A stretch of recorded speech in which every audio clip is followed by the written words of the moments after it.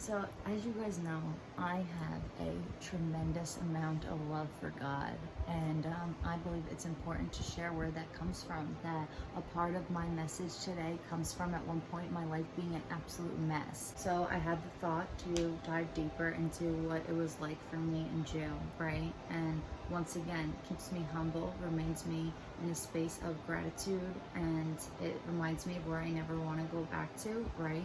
So so sometimes I believe we get confused and we reflect on our life, and if things looked like a mess, as it was for me, we just automatically don't see God in it, right?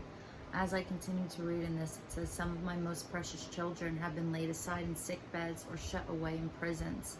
Others have voluntarily learned the discipline of spending time alone with me, because alone time is so important, right? So I believe that God did not want me to be in jail. However, He greatly caught my attention by placing me in that spot, and I was able to see Him. Sometimes we're so consumed of the world that it takes complete isolation to really be able to hear from God, right? So when I found out I was going to jail, I was absolutely petrified, scared. I just did not know what to expect, right? So when I got in there, I sat in a waiting area basically with a bunch of other inmates, and I sat there for about 2 days straight, just in a hard chair, right? In jail, we lose any power we thought that we had living even a reckless life outside of jail. In there, you have no power. You are completely powerless. And so it's so crazy that we find gratitude in our situation, right? We only have what we have. We only know what we know. So after those 2 days sitting in a hard metal chair, I finally got booked, right? And I hadn't gotten sleep for probably almost a week at this point.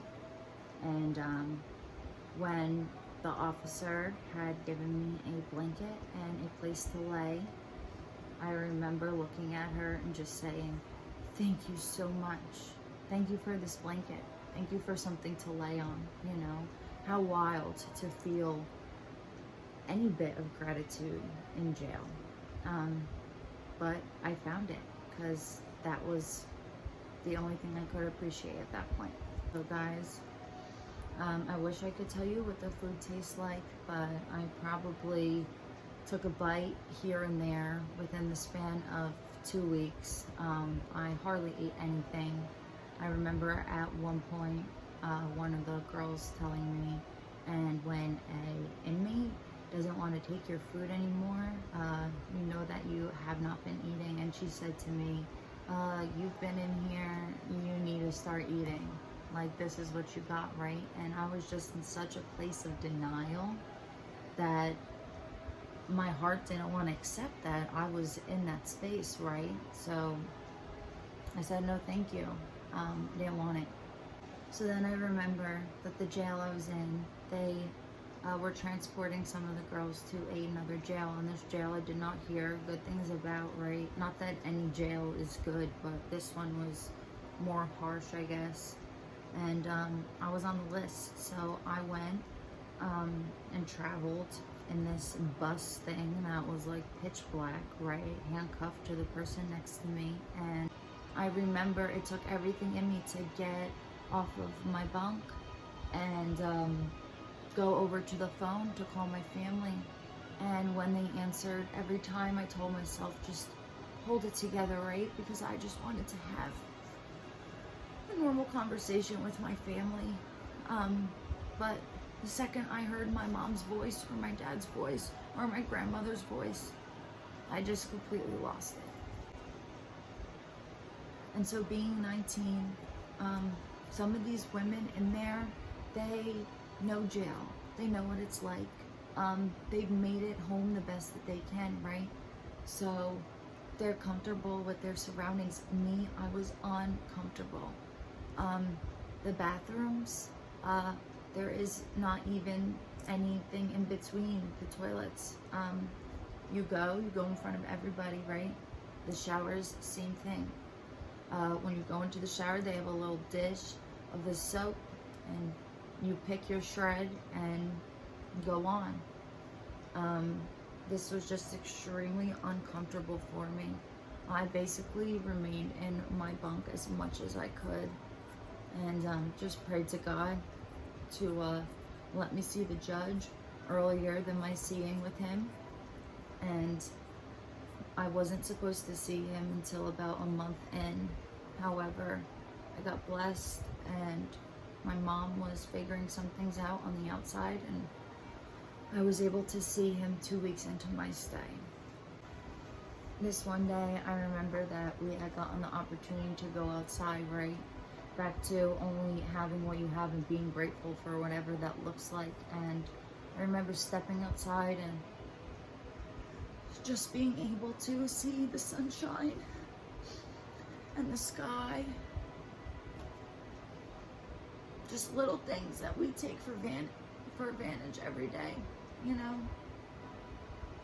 And so I just remember feeling just okay at that point, just being able to step outside. This judge, as I stood up, he looked at me, and it's almost like he didn't even want to hear about my problem.